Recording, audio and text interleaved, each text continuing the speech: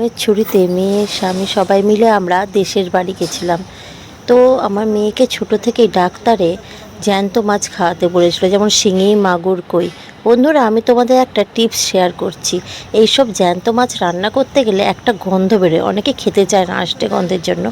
একে কি করবে জানো? বেসন আর লেবু মাখিয়ে খানিকটা রেখে দেবে, তারপরে খানিকক্ষণ পরে ধুয়ে দেবে, দেখবে গন্ধ পুরোই চলে যায়।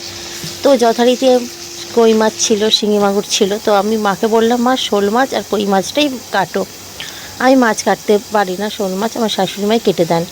তাকে ধুয়ে যথারীতি বেছে ভাজার জন্য করলাম। তো আমার এক দেওর আছে যে কই মাছ খায় না, তো মাথায় এলো ওকে আমি কই মাছ খাওয়াবো, সে যে প্রকারই হোক। ও আমার সঙ্গে চ্যালেঞ্জ করেছিল। তাই জন্য আমি ভাবলাম হলুদ আর লালে কই মাছ করবো আজ। রেসিপিটা তোমাদের সাথে শেয়ার করব পরে, শর্টে এখন বলছি।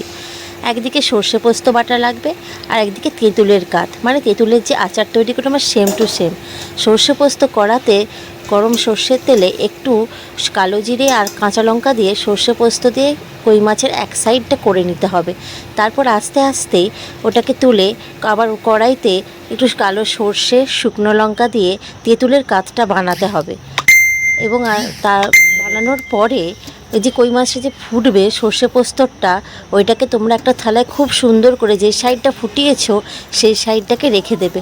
আর আরেকটা কড়াই যে তেঁতুলের কাঠটা বানিয়েছো সেইটা আস্তে আস্তে যে সাইডে তোমরা দাওনি সেই সাইডে একটু একটু করে একটা চামচে করে করে বা হাতা করে করে, যাই হোক আমি এখানে হাতা ইউজ করেছি, তখন চামচ পাইনি, তখন চামচ ছোটো চামচই ছিল।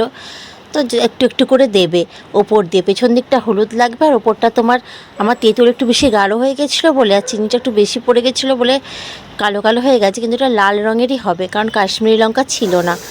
সত্যি বলছি বন্ধুরা, খেতে অসম্ভব সুন্দর লাগে।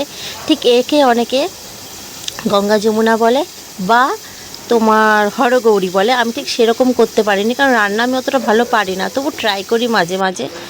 তোমাদের যদি ভালো লাগে বন্ধুরা একটু কমেন্ট করো, একটু তাহলে আমি দ্বিতীয় রান্না দিতে পারি। নিরামিষ রান্নাও থাকে। খেয়ে কিন্তু সবাই বলেছিল ভালো। তোমরাও কিন্তু